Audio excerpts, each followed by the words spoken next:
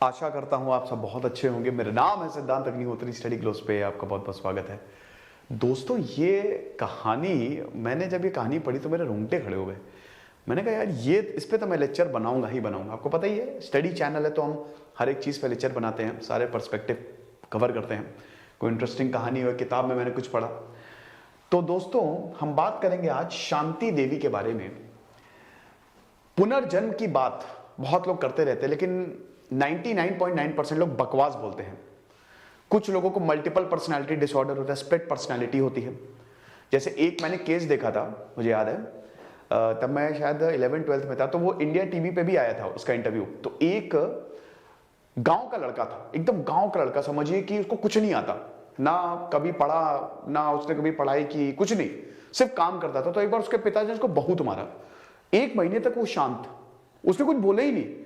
और जब उसने मुंह खोला एकदम अमेरिकन एक्सेंट के साथ, man I don't live here, where am I live in New York, इस तरीके से, I was a scientist in NASA. वो बताता है कि मैं नासा का साइंटिस्ट था। उसने बताया इक्वेशंस बकायदा, एक एक चीज। Split personality, multiple personality. लेकिन दोस्तों, भारत में अगर बात करें तो रिकॉर्डेड केस जो मिला है पुनर्जन्म का, इकलौता केस वो शांति देवी का है। शांति देवी का ये केस, जिसको महात्मा गांधी क्या पूरी दुनिया सुन के हैरान हो गई। भाई, विदेशी मीडिया ने छापा है, किताब निकली थी 1987 में इनके ऊपर, इनके केस के ऊपर। तो हम बात करेंगे दोस्तों क्या हुआ। लेकिन उससे पहले दोस्तों, ये हमारा कोर्स है एनसीईआरटी, कंबाइंड एनसीईआरटी, तो आप इसको अवेल कर सकते हैं। अगर आप अभी अवेल करेंगे तो आपको ये डिस्काउंट में मिलेगा, प्लस क्योंकि यहां पे लेक्चर्स अपडेट होने वाले हैं, हम हिंदी में पीडीएफ देने वाले हैं, सारे लेक्चर्स में स्मार्ट बोर्ड पे करने वाला हूं, तो प्राइस हाइक हो जाएगा। अभी आपको सेम प्राइस में यही कोर्स मिल जाएगा। डिस्क्रिप्शन कमेंट बॉक्स में लिंक दिया हुआ है, आपका ऐप तो डाउनलोड करें, और नंबर भी दिया हुआ है। तो अब दोस्तों हम बात करते हैं, ये तो किताब का इनका कवर है, अब बात करते हैं हम शांति देवी कौन थी। देखिए, ये she is one of the best cases of children in past life memories ever be recorded. कहानी पे हम आए, मैंने आपको बताया कि केसेस बहुत मिलते हैं पुनर्जन्म के, मैं पीपीटी के हिसाब से ही चलूंगा। केसेस बहुत मिलते हैं पुनर्जन्म के, लेकिन मतलब ये रिकॉर्डेड केस है कि मतलब यहां पे समझिए कि कमिटी ने भी ये कन्विंस हो गए थे कि अरे भाई ये तो कुछ गड़बड़ है। महात्मा गांधी ने खुद कमिटी बनाई थी, महात्मा गांधी ने खुद एलिजिबल लोगों को चुना था और बोला कि भाई देखो क्या प्रॉब्लम है, क्या ये सच बोल रही है। और जब कमिटी ने ये देखा, होश उड़ गए उनके। तो कहानी दोस्तों शुरू होती है लुगदी देवी से। हम स्टेप बाय स्टेप चलते हैं। लुगदी देवी, इनका जन्म 18 जनवरी 1902 में मथुरा में हुआ था। ध्यान दीजिएगा, लुगदी देवी का जन्म 1902 में मथुरा में हुआ। अब ये जो थी, ये मथुरा में रहती थी। उस समय इंडियन इंडिपेंडेंस मूवमेंट की जब शुरुआत होने वाली थी, महात्मा गांधी तो अभी आए नहीं थे। अब भाई देखिए, इनकी शादी जो है वो बहुत ही कम उम्र में कर दी गई, क्योंकि इनके पिताजी जो थे, लुगदी देवी की फैमिली बहुत गरीब थी, ठीक है। अब उस समय क्या होता था ना, 10-12 साल की उम्र में शादी हो जाती थी, ये नॉर्मल बात थी। Child marriage was normal. परिवार के पास इतना पैसा होता नहीं था। कोई समृद्ध परिवार देखा और वहां पे बच्चियों को बेच दिया, बेचा नहीं मतलब पैसे दिए बेच दिया, शादी कर दिया, चलिए बेचा भी नहीं। तो भाई यहां पे हम ये देखते हैं कि लुगदी देवी के परिवार के पास पैसा था नहीं, तो इन्होंने शादी कर दी, मथुरा में इनकी शादी कर दी। इनके पिताजी का नाम था चतुर्भुज, जो कि बहुत ही ज्यादा गरीब थे। और उस समय ज्यादातर लोग भारत में 80-90% लोग गरीबी में ही रहते थे, कर्ज में ही रहते थे। तो इन्होंने केदारनाथ चौबे के साथ इनकी शादी कर दी, जिनका अच्छा खासा बिजनेस था। अब चौबे जो थे वो ब्राह्मण थे, तो ब्राह्मणों की बहुत पूछ होती है। उस समय ब्राह्मणों की बहुत ज्यादा कास्टिज्म भारत में फैला हुआ था। तो केदारनाथ एक ब्राह्मण थे और उस समय ही वॉज द मेंबर। खैर, ब्राह्मण के बारे में आपको पता ही है। तो लुगदी और केदारनाथ की शादी हो गई। ध्यान दीजिएगा, ये दोनों बहुत ही खुश रहते थे, ऐसा कोई नफरती थी, दोनों बहुत एक दूसरे से खुश थे, ठीक है। दे वर मैरिड। नवरात्रि पे इनकी शादी होती है। अब याद रखिएगा कि केदार का एक कजन था जिसका नाम था कांजीमल दुबे, ठीक है, सॉरी चौबे, कांजीमल चौबे। तो कांजीमल चौबे यानी कि चौबे फैमिली में लुगदी देवी शादी होके चली गई, ठीक है। अब कुछ ही दिन बाद, कुछ ही वक्त बाद, देखिए शादी तो बहुत ही कम उम्र में हो गई थी, 10 साल में, 10-12 साल की जब ये थी।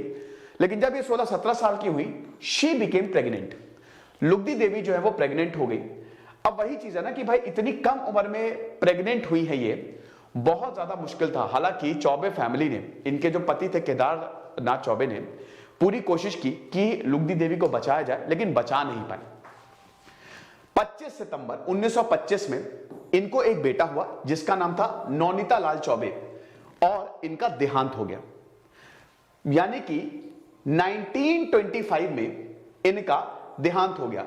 ये सिर्फ और सिर्फ 22 साल की थी, 23 साल की, 23 साल की उम्र में ये चल बसी और एक बेटे को जन्म दिया नौनीता लाल चौबे। कॉम्प्लिकेशन बहुत ज्यादा थे तो लुगदी देवी का देहांत हो गया। खत्म, समझ में आ गया। लुगदी देवी की शादी हुई और 1925 में वो मर गई। 1902 में जन्म, 1925 में देहांत। All clear? अब देखते हैं। अब मथुरा से सीधा आइए न्यू दिल्ली।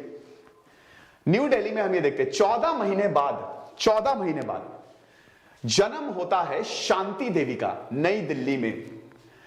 अब शांति देवी कौन है? न्यू दिल्ली में माथुर परिवार था, ठीक है, माथुर परिवार था, वहां पे शांति देवी का जन्म हुआ। बच्ची थी, जन्म लिया इन्होंने। अब 4 साल तक शांति देवी बोल ही नहीं पाई। समझ रहे हो कि जब माथुर परिवार में इनका जन्म हुआ तो ये बोल ही नहीं पाई। लेकिन भाई चौथे बर्थडे पे जब शांति देवी ने बोलना शुरू किया, सबके सब हिल गए। बर्थडे था, केक हलक से नीचे, हालांकि उस समय तो केक नहीं था, निवाला हलक से नीचे गया ही नहीं, क्योंकि शांति देवी ने बोला, अरे भाई मैं कहां हूं, मैं तो एक ब्राह्मण हूं, मैं एक ब्राह्मण। अब मथुरा को ये मातुरा कहती थी, क्योंकि भाई देखिए 4 साल की बच्ची तुतलाएगी, तो आप समझिए कि आई एम अ ब्राह्मण और मैं तो मथुरा से हूं, मेरे पति मेरा वेट कर रहे हैं, तुम सब क्या कर रहे हो मेरे साथ, मुझे जाना है, मैं नॉनवेज नहीं खाती हूं, हम सात्विक खाना खाते हैं जिसमें किसी भी जीव को मारा नहीं जाता है, क्या खिला रहे हो मुझे तुम? फैमिली बोले अरे अरे अरे अरे ये क्या है? पहले लगा नाटक कर रही है, लेकिन नहीं, लगातार इस बात पे अड़ी कि मैं हूं कहां, मैं दिल्ली में रहती नहीं हूं, मैं मथुरा में रहती हूं, मेरे पति वहां पे मेरा वेट कर रहे हैं, 4 साल की बच्ची ये बोल रही है। सबके होश उड़ गए।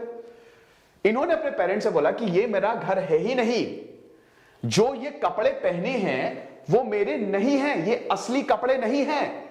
बोला कि यू आर नॉट, तुम मेरी मम्मी पापा नहीं हो, you are not my real mummy papa, you are not my parents. मेरे पेरेंट्स तो मथुरा में रहते हैं और मेरी फैमिली पूरी वेजिटेरियन है और हम किसी भी जानवर को नहीं मारते, हम सात्विक खाना खाते हैं। और बोला कि यार ये क्या है।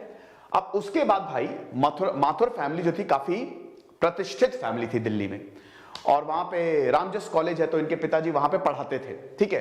तो जब उनको ये बात बताई तो यार वो भी टेंशन में आ गए, है ना। और ये आप देख सकते हैं कि जब इससे पूछा, शांति देवी को बैठाया, बोला कि बताओ क्या बात है, तो शांति देवी ने बताया, एक एक चीज नरेट की। उन्होंने बताया कि भाई देखो, हमारे मथुरा में द्वारकाधीश मंदिर है, उसके सामने दुकान है, वो दुकान जो है वो मेरे पति चौबे जी की, केदारनाथ चौबे की है, कांजीमल चौबे की है। तो मैं वहां रहती थी, है ना, मैं वहां रहती थी और मेरे पति वही हैं। तो यहां पे क्या हुआ कि इनके पेरेंट जो है, माथुर परिवार कन्विंस हो गया कि यार कुछ तो गड़बड़ है। तो माथुर परिवार ने लेटर लिखा। आप समझ रहे हो, आप ये देख सकते हैं कि इन्होंने क्या बोला था कि भाई मैं तो उस गली में, I live on a street of named after her husband family, मेरी जो हस्बैंड फैमिली का नाम है उसी के ही नाम पे वो गली है और मैं तो वहां रहती हूं। ये नौवा घर है, 9th house on Choubey street. आप मथुरा जाएंगे, चौबे स्ट्रीट में नौवा घर है, वहां पे द्वारकाधीश मंदिर के सामने। अब याद रखिएगा, ये 8 साल की है तब ये बोल रही है, ठीक है। When she was 8 years old, ये बताया कि मेरी शादी हो चुकी है, ठीक है। एक एक चीज बताई उन्होंने। और मेरे पति का नाम है केदारनाथ और मैं उससे रिलेटेड हूं भाई, ये मेरा नया जन्म है। लेकिन अच्छा, इनको ये भी पता था मेरा नया जन्म हो चुका है, ये मेरा नया जन्म है भाई, पिछला जन्म मेरा वो था, मैं अपने पति से रिलेटेड थी। तो इनके परिवार ने फिर लेटर लिखा। अब इनके परिवार ने लेटर लिखा और मजे की बात यह है कि वो लेटर पहुंचा मथुरा में, समझ रहे हो, वो लेटर पहुंचा मथुरा में और कांजीमल चौबे के पास पहुंचा वो। अब भाई जब बताया गया कि देखो हमारे यहां एक बच्ची का जन्म हुआ और वो बोल रही है कि वो तुम्हारी बीवी है, समझ रहे हो? तुम उसके जो जो जब लेटर लिखा फैमिली को तो उनके जेठ ने वो लेटर रिसीव किया, तो बताया कि ये बता रही है कि तुम उनके जेठ हो। तो भाई होश उड़ गए सबके। तो फिर चौबे ने बोला, चौबे फैमिली ने बोला कि चलो हम मिलते हैं। फिर वो नई दिल्ली आए मथुरा से कि देखे तो भाई जो शांति देवी बोल रही है क्या वो सच है कि नहीं। तो जब ये बात आए तो family was actually shocked to discover that he was still alive, कि भाई अभी भी जिंदा कैसे हो सकती है। हिस्टोरिक मीटिंग अरेंज की गई, मथुरा से चौबे फैमिली चली दिल्ली में माथुर फैमिली से मिलने आई, दोनों को आमने सामने बैठाया गया। याद रखिएगा अभी इनके हस्बैंड नहीं आए, ठीक है, टेस्ट करने के लिए कि क्या वाकई में सच बोल रही है कि ऐसे ही हवा हवाई। तो उस समय शांति देवी जो थी वो 8 साल की थी। कांजीमल चौबे ध्यान दीजिएगा कजन थे, ठीक है ना, केदार के। तो कांजीमल चौबे बैठे और यहां पे नई दिल्ली में ये आए और उसके बाद जैसे ही कांजीमल चौबे घर के अंदर गए तुरंत इन्होंने टोका, अरे अरे अरे कहां चले आ रहे हो भाई, मेरे हस्बैंड किधर है। तुरंत यहां पे शांति देवी ने बोला, अरे हस्बैंड भाई तुम तो कजन हो, तुम तो भाई हो उनके, मैं अपने हस्बैंड से मिलने आई हूं। बाप रे बाप रे बाप। ये देखिए कि that Kedar is our husband, और वो तो चाहते थे ना तुमसे अलग हो जाए, हमारी दुकान थी, वो तुमसे अलग होना चाहते थे। और ये बिल्कुल सही बात थी क्योंकि ये बात कांजीमल और केदार दोनों को ही पता थी कि यार हाँ ये तो बात सही है, मेरा भाई तो मुझसे अलग होना चाहता था, ये इसको कैसे पता। तो ये जो शक है वो और ज्यादा गहरा गया। उसके बाद कांजी ने फिर ये पूछा, अच्छा बताओ हाउ मेनी ब्रदर्स, तुम्हारे पति के, अगर तुम ये बोल रही हो तो बताओ तुम्हारे पति के कितने भाई थे। शांति ने बोला कि भाई देखो उनका खाली एक ही भाई है, दैट्स इट, जो सही है, which was true। फिर कांजी ने ये पूछा, अच्छा बताओ क्या वो जो भाई है वो छोटा है कि बड़ा है केदार से। शांति ने बोला ना ना वो बड़ा भाई है। होश उड़ गए इनके, अरे बाप रे। फिर उसके बाद शांति देवी ने बोला कि देखो हमको उसका नाम भी पता है, Kanjimal Dubey, which was correct, सामने ही तो बैठे थे। कांजी देन रिलेटेड कि अरे बाप रे ये सही बात है, वो शांति से मिलने आए थे but that he was now a believer, he wrote to his cousin Kedar to come visit his girl. तो वही बताया, भाई सामने बैठा हुआ था और भाई ने ये बोला केदार से कि भैया देखो तुम्हारी बीवी का जन्म हो चुका है, मिलो, क्योंकि सबके अब तक तोते उड़ गए थे कि भाई ऐसा कैसे हो सकता है। अब केदारनाथ भी आए। केदारनाथ जो लुगदी देवी की बेटा था, ठीक है, याद रखिएगा ना कि लुगदी देवी का एक बेटा जन्म 1925 में एक बेटे को नौनीता लाल चौबे को जन्म दिया था। अब समझिए शांति देवी है 8 साल की और ये 1935 में हुआ था सब, और इस समय केदार जो है सॉरी जो लुगदी देवी का बेटा है वो हो गया 10 साल का। आप समझ रहे हो, मतलब जब मरी थी लुगदी देवी 1925 में तो बेटे को जन्म दिया, अभी इनका पुनर्जन्म हुआ है, पुनर्जन्म भी ये 8 साल की है और इनका बेटा 10 साल का है। यानी कि ये बोल रही है कि तुम मेरे बेटे हो और बेटा इनसे 2 साल बड़ा। अजीब और गरीब डायनेमिक्स बन गए कि यार ये कैसे करें, फैमिली को साथ तो रख नहीं सकते। तो केदार जो है इस बार लुगदी के बेटे के साथ आया और अपनी प्रेजेंट वाइफ के साथ आया। अब केदार ने यह बताया, केदार याद रखिएगा लुगदी का हस्बैंड, तो शांति देवी के सामने बैठा, तो केदार ने बोला कि देखो मैं ही उसका बड़ा भाई हूं।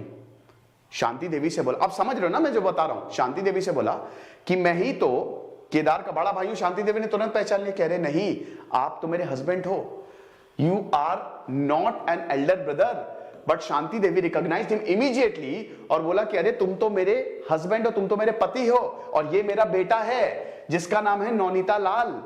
तब शांति देवी ने एक एक चीज बता दी, नैरेटेड ईच एंड एवरीथिंग जो भी इनके साथ हुआ। अब आप समझिए कि जो कमिटी बनाई गई थी ना, क्योंकि भाई ये देश विदेश में मामला पूरा फैल गया, जब कमिटी भी बनाई गई थी समझिए, तो ये कमिटी जब आई शांति देवी से मिलने तो शांति देवी को कुछ नहीं बताया, ठीक है, और बोला कि चलो ठीक है तुम रास्ता दिखाओ। तो शांति देवी इनको ले गई, मथुरा स्टेशन पे ट्रेन रुकी और उन्होंने फिर सामने मतलब भीड़ में एक आदमी खड़ा था, ठीक है, वो गई उनके पैर छुए। आप समझ रहे हो, उनके बकायदा पैर छुए। तो जब शांति देवी ने पैर छुए उस आदमी के, तो कमिटी मेंबर्स ने पूछा भाई तुम इनके पैर क्यों छू रही हो। बोला कि अरे ये मेरे जेठ है। कमिटी के होश उड़ गए। उसके बाद बकायदा रिक्शे से कमिटी को वो रास्ता बताते ले गई कि कौन सा मेरा रास्ता था। फिर उसके बाद मथुरा में घर पहुंची, बताया कि ये मेरा घर है और ये मेरी मम्मी, मतलब सास ससुर ये सब, और उसके बाद यहाँ एक कुआं हुआ करता था, एक एक पूरा आर्किटेक्चर घर का बता दिया। और फिर उनके पति सामने आए, केदार। आप समझिए कि जब केदार सामने आया और शांति देवी बैठी थी, शांति देवी 8 साल के, केदार उनके कितने साल हो गए समझ ही सकते हो। तो भाई ये तक बता दिया कि तुमने तो बहुत गुस्सा किया कि तुमने तो बोला था कि मेरे मरने के बाद तुम तीसरी शादी नहीं करोगे, क्योंकि दूसरी शादी थी केदार की और एक शादी और कर ली थी। मतलब लुगदी देवी के मरने के बाद एक शादी और कर ली थी केदार ने, तो टोटल 3 शादी होगी। तो यहां पे शांति देवी ने आरोप लगाया कि तुमने बोला तो तुम 2 ही शादी करोगे, लेकिन तुमने तो 3 शादी कर ली, और भी बहुत सारी चीजें बोली। तो केदार ने बोला यार ये सारी बातें तो मैं एकदम इससे प्राइवेटली करता था, इसको ये सब कैसे पता हो सकता है? It is next to impossible कि ये सारी चीजें इसको पता है कैसे, ये तो मैं सिर्फ मेरी और इसके बीच की बात थी, ऐसा। उसके बाद फिर देखिए दोस्तों, साथ में रह तो नहीं पाए, क्योंकि देखिए ये 8 साल की थे, वो इतने बड़े, तो it was next to impossible. साथ में आप रह नहीं सकते, समाज एक्सेप्ट नहीं करेगा, फिर कानूनी दांव पे बहुत ज्यादा थे। लेकिन ये समझिए कि कमिटी पूरा कन्विंस की भाई यार ये तो रिकॉर्डेड केस है पुनर्जन्म का,